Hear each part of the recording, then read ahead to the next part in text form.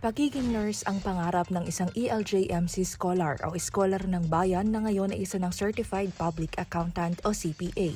Pinatunayan ni Tricia Jane Villanueva mula sa La Torre, Talavera, Nueva Ecija na ang hindi inaasahang landas ay maaari ding maghatid ng tagumpay.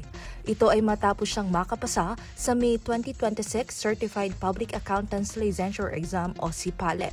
Aminado si Villanueva na hindi talaga Eduardo L. Hoson Memorial College o ELJMC ang kanyang pangarap na paaralan at hindi rin accounting ang kanyang unang gustong kurso. Subalit pinili niyang sundin ang payo ng kanyang mga magulang at natutunan niyang mahalin ang accounting dahil in-demand din umano ang karir na ito. Matapos pumasa sa entrance exam, naging malaking biyaya ang scholarship dahil libre na ang kanyang tuition pati na ang kanyang tinutuluyang dorm sa paaralan. Dahil sa tulong na ito, malaking pondo ang natipid ng kanyang mga magulang para sa kanilang mga gastusin sa araw-araw. Sobrang laking tulong po siya. And kasi hindi na po problema ng parents ko yung tuition, libre nga po. And then, yung tirahan ko po, libre rin po kami sa dorm. Dagdag pa ng kanyang ina na si Marivic Villanueva, dahil sa kakulangan ng pinansyal, malaking tulong na naging scholar ang kanyang anak, lalo na't dalawa ang pinag-aaral nila sa kolehiyo. Napakalaking tulong po sa pamilya namin ito dahil po sa kakulangan namin sa pinansyal. Buti na nga lang po at merong ganong programa si Gov. Na malaking bagay po para po sa kapwa naming mahihirap. Para sa kanyang pangarap, gumawa ng isang malaking desisyon si Tricia nang iwanan at isakripisyo muna niya ang kanyang trabaho para lamang makapag-focus sa pagre-review. Kalaunan, ang hakbang na ito ay nagbunga ng kagalakan nang makita niya ang kanyang pangalan sa listahan ng mga nakapasa.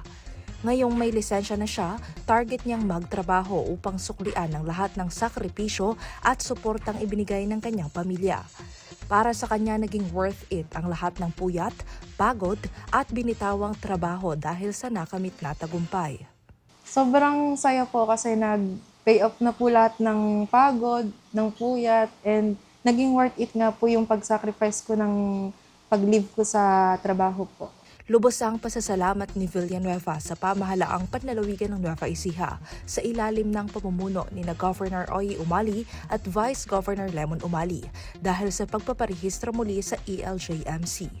Ayon sa kanya, kung hindi dahil dito, hindi siya makakapagtapos, makakapag-take ng exam at hindi rin makakapag-produce ng mga professionals ang kanilang paaralan. Nagpasalamat din ng kanyang ina sa Kapitolyo at sinabing kung hindi dahil sa programang scholarship ay hindi na makakatapos ng pag-aaral ang kanyang anak. Gov. Ma'am Cherry Umali, maraming salamat po sa inyo dahil kung hindi po sa programa nyo na libreng edukasyon, hindi po mararating ng anak ko ang narating na niya po ngayon. Sana po marami pa po kayong matulungang mga mahihirap na katulad namin. Maraming salamat po. God bless po. Bukod dito, nagpasalamat din si Villanueva sa taong bayan dahil ang kanilang mga ibinabayad na buwis ay nagagamit sa tamang paraan para sa mga mamamayan. Thank you po kay Gov. Umali and then kay Miss Cherry Umali kasi sa pagkakaalala ko po, hindi po register yung ELJ eh. Pina-register lang po ulit nila. Kaya kundi dahil po doon, hindi po kami makakapag-take, hindi po makakapag-produce ng mga professionals yung school namin. And nagpapasalamat din po ako sa mga kababayan ko kasi yung isa po akong scholar ng bayan, yung mga contributions po natin na ilalagay sa tama.